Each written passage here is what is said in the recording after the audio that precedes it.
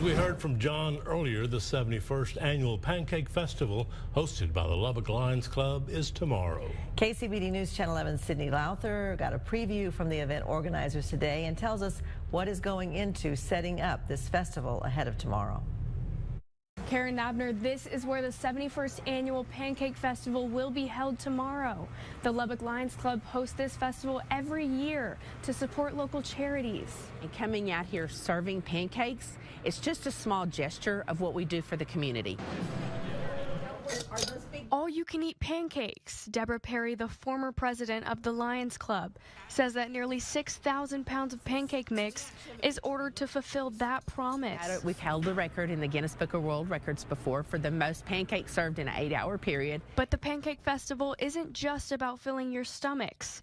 The Lions Club donates all profits of the festival to more than 30 local charities. So any of those organizations that needs funding, this is where these funds get funneled to. This is the biggest fundraiser of the year for the Lions Club, but it's not work for them.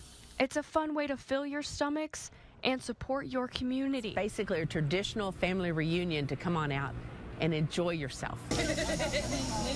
In addition to pancakes, the festival will have activities for kids and live entertainment from local artists right here in Lubbock. It's just a fun family festival, and so come on out. The festival will be held from 7 a.m. to 8 p.m., and you can get your tickets at the door. Karen Abner.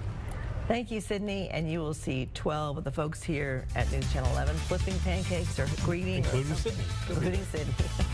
It's opening day for Red Raider baseball. Pete has a look at the game against Gonzaga later in sports. Plus, we'll get another look at the Pancake Festival live with John in your complete First Alert forecast. That's coming up.